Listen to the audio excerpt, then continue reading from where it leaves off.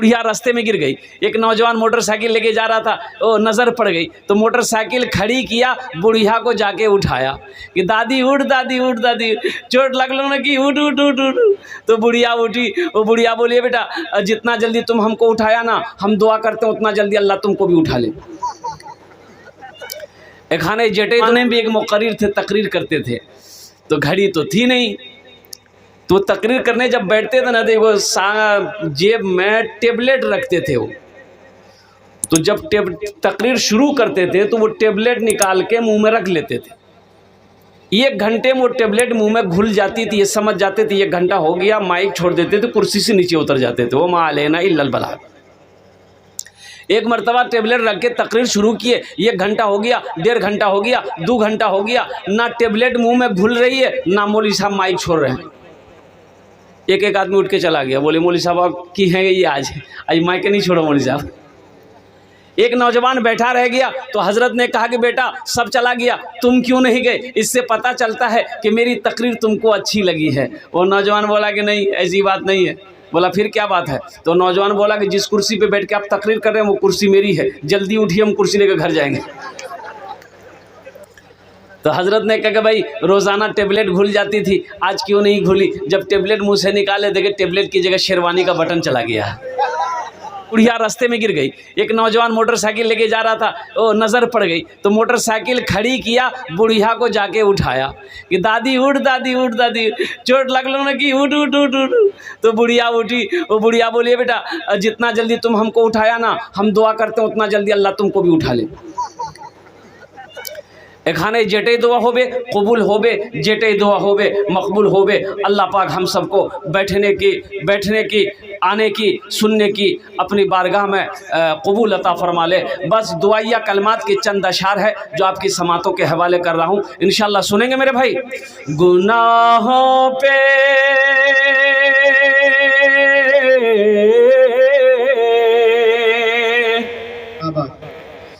गुनाहों पे हूँ शर्मिंदा, इलाही दरगुजर कर दे। गुनाहों पे हूँ शर्मिंदा, इलाही दरगुजर कर दे। बड़ा मुजरिम हूँ मैं तेरा, इलाही दरगुजर कर दे। खता कोई नहीं छोड़ी, कोई सियान नहीं छोड़ा, बस अब करता हूँ मैं तौबा, इलाही दरगुजर कर दे। बड़ा मुजरिम हूँ मैं तेरा, इलाही दरगुजर कर दे। आमीन बोले तो अल्हम्दुलिल्लाह। खिलौना हाथ का पुने बना रखा है शैतान ने। खिलौना हाथ का पुने बना रखा है शैतान ने। बना ले अपना तो बंदा, इलाही दरगुजर कर दे। बड़ा मुजरिम हूँ मैं तेरा, इलाही दरगुजर कर दे। आमीन बोले दें अल्हम्दुलिल्लाह। दुआ की कबूलियत की घड़ी इंशाअल्लाह। दुआ करके यहाँ से जाएंगे और साथ ही साथ अपने गुनाहों से तौबा भी करेंगे इंशाअल्लाह। तौबा करेंगे मेरे भाई। और सुनो अल्लाह के नबी ने इरशाद फरमाया, अगर तुम्हारा गुनाह समंदर के झाग के बराबर क्यों ना हो, आसमान के सितारों से बड़ा क्यों ना हो, दरख्तों के पत्तों से भी बड़ा गुनाह क्यों ना हो, तुम्हारा गुनाह जमीन से लेकर आसमान तक भर क्यों ना गया हो, 3 मरतबा ये बोलो, अल्लाह तुम्हें तुम्हारे गुनाहों से तुम्हें पाक कर देगा। 3 बोलो।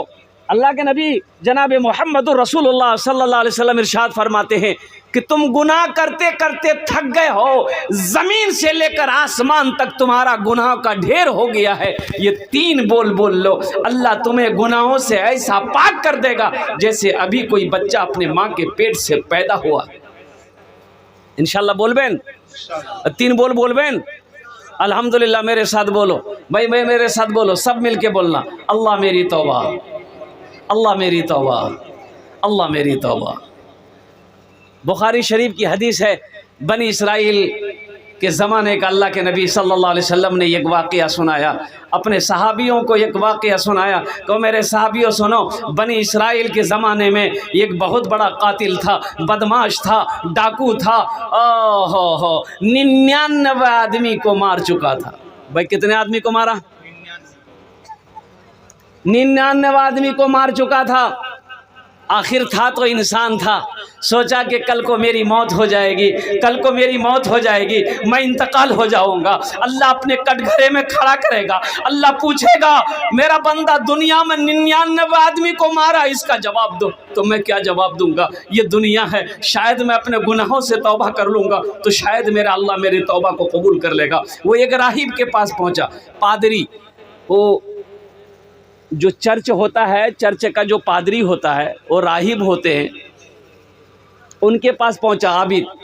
वो राहिब से पूछा, राहिब के पास गया तो राहिब ने पूछा कि भाई कहाँ से आया? भाई मैं फलां जगह से आया। भाई क्या काम है? बोला कि हज़रत बस एक मसाला पूछनी है। बोला कि पूछो क्या मसाला है? तो कहा कि हज़रत मसला यही है कि हम अब तक 99 आदमी को मार चुके हैं। बोला 99 आदमी को मार चुके, यहाँ क्या करने के लिए आए? बोला कि बस यहाँ मसला पूछने आए हैं कि हम तौबा करना चाहते हैं, क्या मेरी तौबा कबूल होगी? उस राहिब ने कहा शर्म करो, हया न हया करो। अरे शर्म नहीं आती है? 99 आदमी को मार के तौबा करने आए हो, तुम्हारी तौबा हरगिज़ कबूल नहीं होगी। ये जो बदमाश था बोला अच्छा कबूल नहीं होगी? बोला नहीं होगी। बोला अच्छा, निकाला तलवार। बोला जब तौबे कबूल नहीं होगी तो ये 99 कह रहेगा, 100 कहने पूरा करेंगे। मारा, राहिब का गर्दने उड़ा दिया। अल्लाह के नबी जनाब मोहम्मद रसूलुल्लाह सल्लल्लाहु अलैहि वसल्लम इरशाद फरमाते हैं, भाई कितने हो गए? भाई 100 हो गए। फिर कुछ महीने गुजरे, कुछ महीने गुजरे और कुर्बान जाओ, आखिर था तो इंसान था। फिर सोचने लगा कि नहीं, मुझे किसी आलिम से पूछना चाहिए, किसी आलिम से मसाला पूछूंगा। फिर कई दिनों के सफ़र करने के बाद एक आलिम के पास पहुंचा, बैठा जाकर। आलिम ने पूछा भाई कहाँ से आया? बोला मैं फ़लाँ जगह से आया हूँ हज़रत, कई दिनों का सफ़र करके एक मसला पूछनी। बोला बोलो। बोला हज़रत मैं 100 आदमी को मार चुका हूँ, अब मैं तौबा करना चाहता हूँ, क्या मेरी तौबा कबूल होगी? अच्छा, अगर वो आलिम भी अगर बोल देता कि नहीं होगी तो 101 वहीं होता कि नहीं होता? लेकिन उस आलिम ने कहा ये तौबा का दरवाज़ा खुला है। आहा हा, बेकार जिंदगी को तू अपनी सवार ले, बेकार जिंदगी को तू अपनी सवार ले, तौबा का दर खुला है खुदा को पुकार ले, तौबा का दर खुला है खुदा को पुकार ले, खुदा को पुकार ले। उस आलिम ने कहा कि हाँ तेरी तौबा कबूल हो जाएगी, तौबा का दरवाज़ा खुला हुआ है, अल्लाह बड़ा रहीम है, मेरा अल्लाह बड़ा करीम है। लेकिन सुनो, ये तेरी तौबा यहाँ कबूल नहीं होगी। वो बस्ती देख रहा है? बोला हाँ वो दूर बस्ती। कहा कि चला जा, उसी बस्ती में नेक लोग रहते हैं, मुत्तकी लोग रहते हैं, परहेजगार लोग रहते हैं, दीन के दाई लोग रहते हैं, उनकी सोहबत में रह, वहाँ जाकर तौबा कर, अल्लाह तेरी तौबा को अपनी बारगाह में कबूल फरमा ले। ये शख्स बड़ा खुश हुआ। अल्लाह के नबी सल्लल्लाहु अलैहि वसल्लम इरशाद फरमाते हैं कि वो शख्स बड़ा खुश हुआ कि मेरी तौबा कबूल हो जाएगी। वो उस आलिम की बारगाह से निकला, वो उस बस्ती से जैसे ही बाहर कुछ दूर कदम चला होगा, कुछ दूर चला होगा, ठोकर लगी और यूं मुंह के बल गिरा, मुंह के बल गिरा। तो उलमा फरमाते हैं कि यूं जो मुंह के बल गिरा तो हाथ यूं आगे रहा, पेट के बल गिरा, उठना चाहा, उठ ना पाया, हिलना चाहा, हिल ना पाया, आंखें बंद हो गई, सांसें रुक गई, रूह परवास कर गई, इंतकाल कर गया। क्यों आए थे इस दुनिया में, क्यों आए थे इस दुनिया में, जाना है मालूम नहीं, सामाने सफ़र सब ठीक करो, कब होगा सफ़र मालूम नहीं, क्यों आए थे इस दुनिया में, जाना है मालूम नहीं, सामाने सफ़र सब ठीक करो, कब होगा सफ़र मालूम नहीं, इस घर को बेहतर बनाए हो, जिस घर में रहना है 2 दिन। कितना दिन रहना है इस घर में भाई? भाई वो बोलो कितना दिन रहना है? इस घर को बेहतर बनाए हो, जिस घर में रहना है 2 दिन, और जिस घर में हमेशा रहना है, कैसा होगा वो घर मालूम नहीं, क्यों आए थे इस दुनिया में, जाना है मालूम नहीं, सामाने सफ़र सब ठीक करो, कब होगा सफ़र मालूम नहीं, क्यों आए थे इस दुनिया में। मुंह के बल गिरा और जन्नत के फरिश्ते आ गए, जहन्नम के फरिश्ते आ गए। जन्नत का फरिश्ता कहने लगा ये जन्नती है, मैं इसे जन्नत में लेकर जाऊंगा। जहन्नम का फरिश्ता कहने लगा नहीं नहीं, ये जहन्नमी है, 100 आदमी को कत्ल किया है, 100 आदमी को मारा है, इसे मैं जहन्नम में लेकर जाऊंगा। जन्नत के फरिश्ते कहने लगे जन्नत में ले जाऊंगा। जहन्नम के फरिश्ते कहने लगे मैं इसे जहन्नम में लेकर जाऊंगा। दोनों फरिश्ते के अंदर में बहस हो रही थी। अल्लाह ने तीसरे फरिश्ते को भेजा कि जाओ उन दोनों से कह दो आपस में बहस ना करे, जमीन को नापे, जहां से चला है उसका जिस्म, अगर वो उस बस्ती से करीब है वो इंसान जहन्नम में जाएगा। जो बस्ती तौबा करने जा रहा था वो बस्ती अगर इसके जिस्म से करीब है तो वो जन्नत में जाएगा। तो जन्नत में गया कि नहीं गया? कैसे गया? ज़मीन मापी गई। इंशाअल्लाह मैं लास्ट में बताने की कोशिश करूँगा। भाई इंशाअल्लाह अपने ज़हन को हाजिर रखिएगा। मुअज़्ज़ज़ सामीन किराम, ये मस्जिद का जलसा है। मस्जिद किसका घर है? मस्जिद अल्लाह का घर है। कौन अल्लाह? वो अल्लाह जिसके कब्ज़े में हम सब की जान है। कौन अल्लाह जिसने हम सबको पैदा किया है। कौन अल्लाह जो इज़्ज़त की रोटी खिलाता है। कौन अल्लाह जो हमें मीठी नींद सुलाता है। कौन अल्लाह जो ज़िंदगी दिया है, एक दिन मौत देगा, फिर मेरा अल्लाह पूछेगा कटघरे में खड़ा करके, मेरा बंदा मैंने तुम्हें दुनिया के अंदर में बेशुमार नेमतें नवाजा था, तू दुनिया से आया है, मेरे लिए क्या लाया? भाई अल्लाह पूछेगा मेरे लिए क्या लाया है। तो इंशाअल्लाह वहाँ के लिए कुछ करना है मेरे भाई। भाई वहाँ के लिए कुछ करेंगे इंशाअल्लाह। भाई करेंगे इंशाअल्लाह। दोस्तों एक दिन इस चमन से आशियाना उठाना पड़ेगा।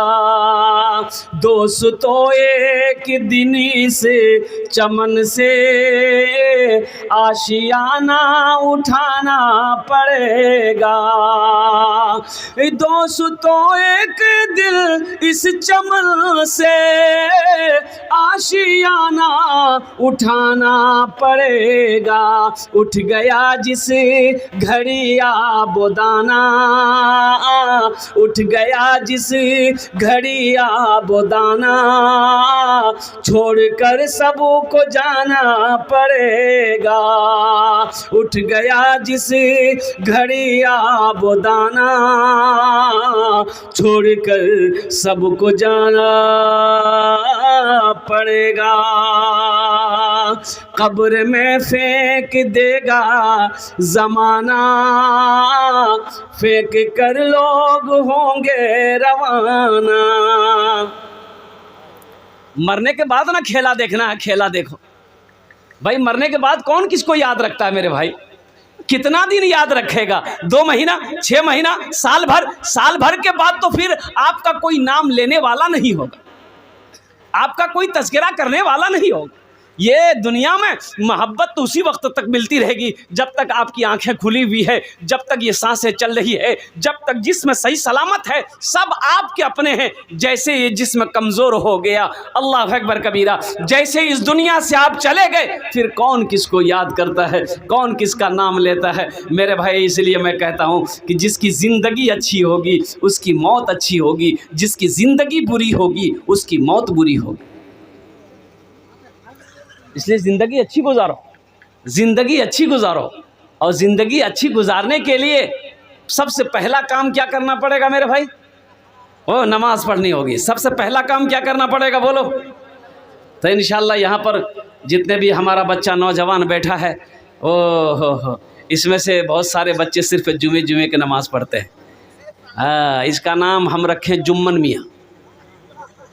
सिर्फ जुमे की नमाज़ पढ़ता है। मेरे बच्चों, सिर्फ जुमे की नमाज़ नहीं है, 5 वक्त की भी नमाज़ है, ये भी तो फ़र्ज़ है।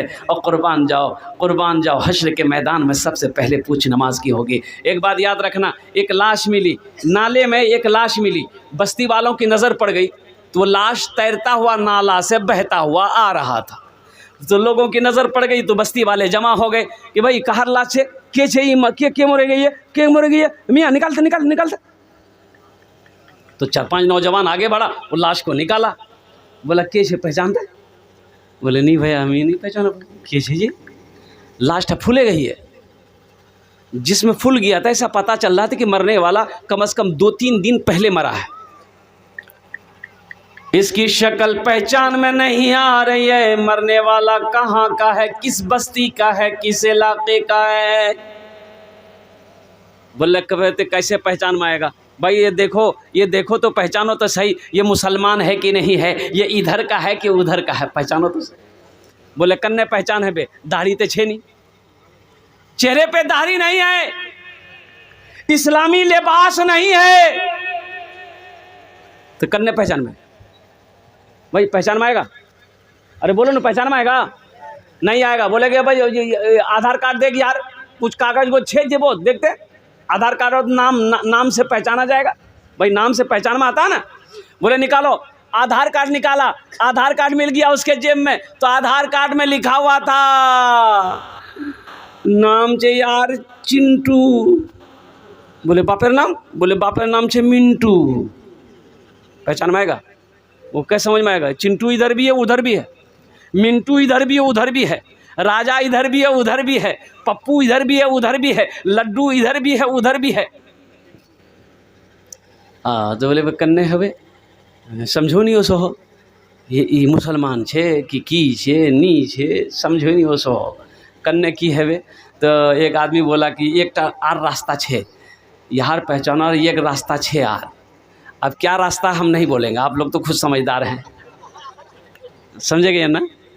बोला वही रास्ता है, उसी से पहचान में आएगा कि ये मुसलमान है कि नहीं है, नबी का कलमा पढ़ने वाला है कि नहीं है। तो बोला कि फिर देख लो उस रास्ते को भी क्यों छोड़ोगे। तो लोगों ने उसके कपड़े को हटाया, तो बोला हाँ ये तो मुसलमान है, कुर्बान जाओ। मोहल्ले वालों ने कहा मेरे नौजवानों एक पैगाम लेकर जाओ, एक बात याद रखना, अरे कम से कम शक्ल से नहीं तो कम से कम लिबास से तो पहचाना जाओ कि ये मुसलमान है। अरे मुसलमान की शान तो ये है कि मुसलमान जिस गली से गुजर जाए उसकी खुशबू बता दे कि इधर से कोई मुसलमान गुजरा है। मुसलमान की वो शान होनी चाहिए। तो मौजूद सामने कराम, तो बस्ती वालों ने कहा भाई मुसलमान है, हमारा भाई है, इसको हम लोग दफन कर देंगे, जनाजा की नमाज़ पढ़ के दफन कर देंगे। तो बोले भाई ठीक है, तो कन्ने होवे तो कफन खरीदना छे। तो एक आदमी बोला कि 100 टका हम देंगे, दूसरा आदमी बोला 50 टका हम देंगे, तीसरा आदमी बोला कि भाई चलो 100 रुपया हमसे भी ले जाओ। चंदा हुआ, पूरे बस्ती में चंदा हुआ, कलेक्शन हुआ। एक आदमी गया लोहागड़ा हाट गया, पदमपुर हाट गया, कफन खरीद करके ले आया, खुशबू ले आया, साबन ले आया, उसे अपने हाथों से गुस्ल दिया, जनाजे की नमाज पढ़ी गई, फिर उसको कब्रिस्तान में ले जाकर दफन कर दिया गया। ठीक 3 दिन के बाद एक गाड़ी उस गांव में घुसी है, देखते हैं कि हाई फाई लोग, नौजवान लोग निकला है। लोगों से पूछा कि भाई 3 दिन पहले किसी आदमी को तुम लोगों ने दफन किया है? बोला हाँ दफन किया, लावारिश लाश थी, उसका कोई वारिस नहीं था, हम लोगों ने चंदा करके उसके कफन का इंतज़ाम किया, अपने हाथों से हम लोगों ने दफन किया है। उसमें से कई लड़के रोने लगे ज़ारो कतार। तो गाँव वाले ने पूछा कि भाई आप लोगों का उससे क्या ताल्लुक़ था, आप लोग कौन हैं? तो वो जो लड़का रो रहा था उन्होंने कहा कि जिसको आप लोग दफन किए, चंदे का कफन दिए हैं, वो मेरा बाप था, और कोई आम आदमी नहीं था। मेरी कोठी दिल्ली में है, पटना में है, कलकत्ता में है, ये मेरा बाप 1000 बीघा जमीन का मालिक है, कई फैक्ट्रियों का मालिक। लोगों ने कहा कि हाय रहाई कैसी मौत मरा, कैसी मौत मरा, इतना बड़ा पैसा वाला कि अपने पैसे का कफन भी नसीब नहीं हुआ। अपने पैसे का कफन तक नसीब नहीं हुआ, चंदा का कफन पहनकर इस दुनिया से रुखसत हुआ है। उसके मरने पर कोई आंसू बहाने वाला नहीं था, कोई जानने वाला नहीं था, कोई पहचानने वाला नहीं था। इसलिए मेरे बहुत दोस्तों, वो बुजुर्ग फरमाए कि जिसकी ज़िंदगी अच्छी होगी उसकी मौत अच्छी होगी, जिसकी ज़िंदगी बुरी होगी उसकी मौत बुरी होगी। इसलिए ज़िंदगी में अच्छा काम करो मेरे बच्चों, गुनाहों के रास्तों को छोड़ो, गुनाहों के कामों को छोड़ो, बुराई के रास्तों को छोड़ो, अच्छा काम करो, नमाजों की पाबंदी करो, चेहरे पे नबी की सुन्नत को सजाओ। इंशाअल्लाह फिर देखो अल्लाह तेरी ज़िंदगी को कैसे बदलता है। ये दुनिया भी संवर जाएगी, आखिरत भी बन जाएगी। इंशाअल्लाह अमल करोगे? हाथ उठाओ। इंशाअल्लाह सारे लोग अमल करेंगे। अल्हम्दुलिल्लाह सुम्मा अल्हम्दुलिल्लाह। ये मस्जिद का जलसा है मेरे भाइयों, मस्जिद अल्लाह का घर है। और सुनो, अल्लाह के नबी जनाब मोहम्मद रसूलुल्लाह सल्लल्लाहु अलैहि वसल्लम इरशाद फरमाते हैं। अच्छा एक কথা বলছি আলহামদুলিল্লাহ, আপনারা ভালো লোক এখানে বসে আছেন, শিক্ষিত লোক বসে আছেন আলহামদুলিল্লাহ। একটা কথা বলছি कि जन्नत में महल कौन कौन बनाएगा भाई, जन्नत में घर कौन कौन बनाएगा? हाथ उठाइए, हम दुआ कर देंगे इंशाअल्लाह। सब बनाएंगे, इसलिए कि मोमिन जन्नत में जाएगा। अल्लाह ने मोमिनों के लिए ही जन्नत बनाया है। सुभान अल्लाह। हाँ, अल्लाह ने मोमिनों के लिए जन्नत बनाया है, मुसलमानों के लिए जन्नत बनाया है, लेकिन उसके कुछ काम हैं, काम करने होंगे फिर जन्नत मिलेगी, ऐसे नहीं मिलेगी।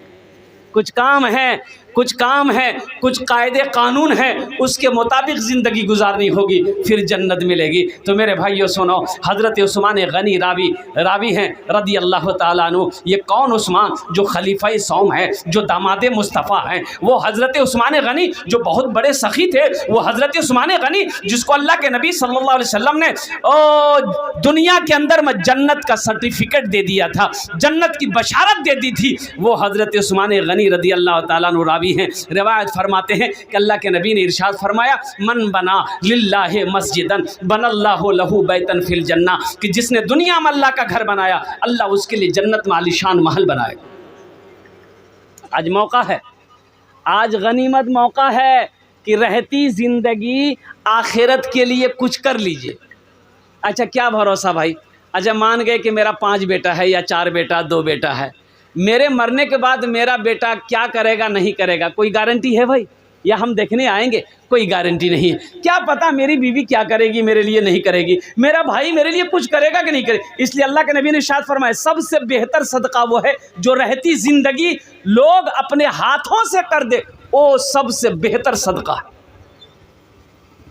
जो रहती ज़िंदगी आप हयात से हैं, आप जिंदा हैं, खेत का मालिक आप हैं, सोने चांदी का मालिक आप हैं, अल्लाह अकबर कबीरा। तो रहती ज़िंदगी आज मालिक हैं, माल का मालिक आप हैं, तो अपने हाथों से जन्नत में महल बना लो, जन्नत में महल बना लो, जन्नत में घर बना लो। रहती ज़िंदगी अपना पैसा अल्लाह के बैंक में जमा कर दो, ताकि मरने के बाद बेटा याद करे या ना करे गम नहीं है, भाई याद करे या ना करे गम नहीं है, बीवी भूल जाए गम नहीं है। और सुनो, क़यामत तक अल्लाह कब्र में आपको मरने के बाद इसका सवाब अता फरमाता रहेगा। और हशर के मैदान में अल्लाह ने जो वादा किया है, मन बना लिल्लाहि मस्जिदन बनल्लाहु लहू बैतन फिल जन्ना, कि जिसने दुनिया में अल्लाह का घर बनाया, अल्लाह उसके लिए जन्नत में आलीशान महल बनाएगा। तो अल्लाह उस महल की, उस घर का चाबी आपके हवाले करेगा।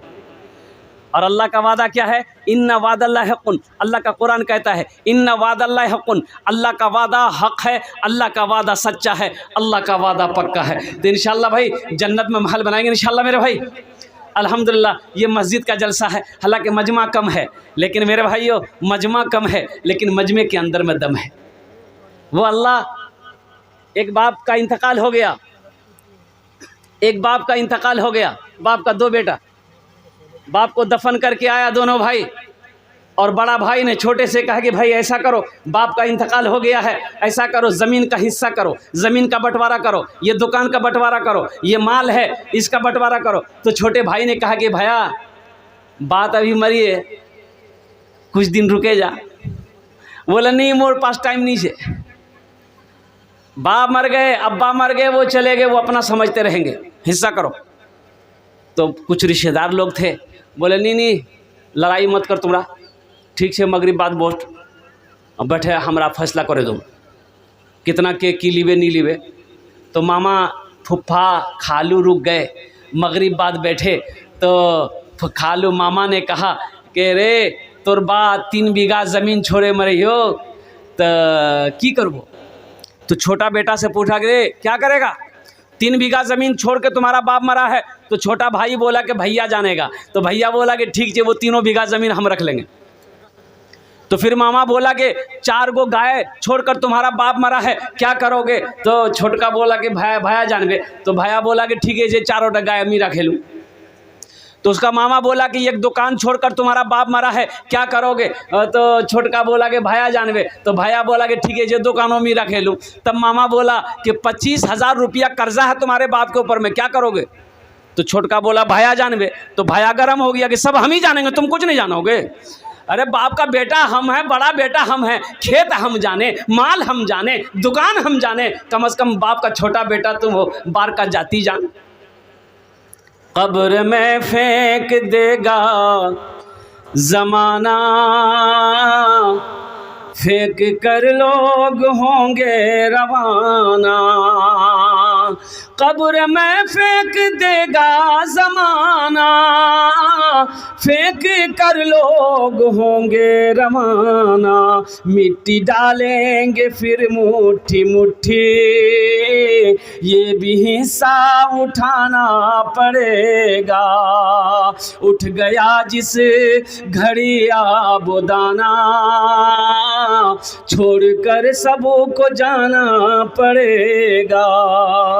अल्लाह के नबी ने इरशाद फरमाया, लोगों तुम कहते हो ये माल मेरा है, ये माल मेरा है, ये माल मेरा है। तुम्हारा माल वही है जो तुम खा लिए, जो तुम पहनकर पुराना कर दिए, और जो तुम आगे अल्लाह के पास भेज दिए, वही तुम्हारा माल अपना है। बाकी जो बचा है वो तुम्हारी औलादों का है, वो तुम्हारे वारिसों का है, वो तुम्हारे हुकूकदारों का है। तो भाई ये मस्जिद का जलसा है, कुछ तामीरी काम बाकी है, इंशाल्लाह पूरा करेंगे मेरे भाई। भाई कितने लोग तैयार हैं मेरे भाई इंशाल्लाह। वाह भाई, मैंने पहले कहा था ना कि मजमा कम है लेकिन मजमे में दम है।